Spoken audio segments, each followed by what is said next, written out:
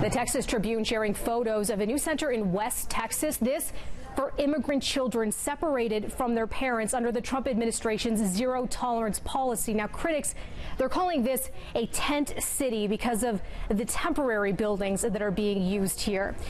Now, there are Democratic lawmakers and activists marching to this center today. They're taking a stand against the policy that separates families at the U.S.-Mexico border. Now, one of those lawmakers speaking to CNN before the rally.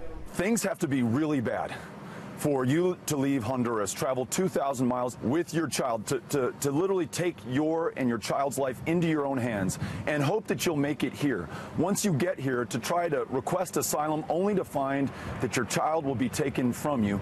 This is inhumane. I'd like to say it's un-American, but it's happening right now in America, and it is on all of us, not just the Trump administration. This is on all of us, and that's why we're marching to Tornillo today. Shut it down! Shut it down!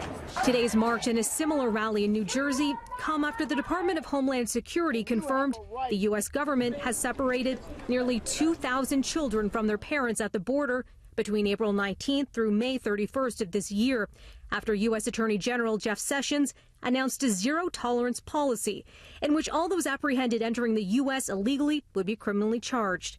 Donald Trump has wrongly blamed Democrats for the policy. Not only do Republicans control Congress, but the president could bring an end to the policy himself.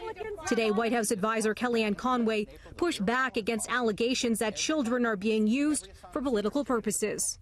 The president is ready to get meaningful immigration reform across the board. And Chuck, let me just tell you that nobody likes seeing babies ripped from their mother's arms, from their mother's wombs, frankly. I understand we have an immigration debate going on in this country. Why use these kids as leverage?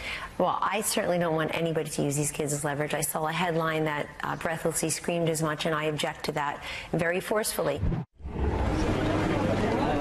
To the Spanish port of Valencia, where the Aquarius rescue ship arrived today, bringing nearly 630 migrants, most from sub-Saharan Africa, to dry land for the first time in more than a week. Italy and Malta refused to accept the ship, now a symbol of fierce tension over immigration in Europe. Doctors Without Borders has been treating migrants on their grueling journey, and today the organization said refusing safe port to migrant rescue ships is shameful. This standoff shows how Europe, one of the richest continents in the world, has lost its moral compass.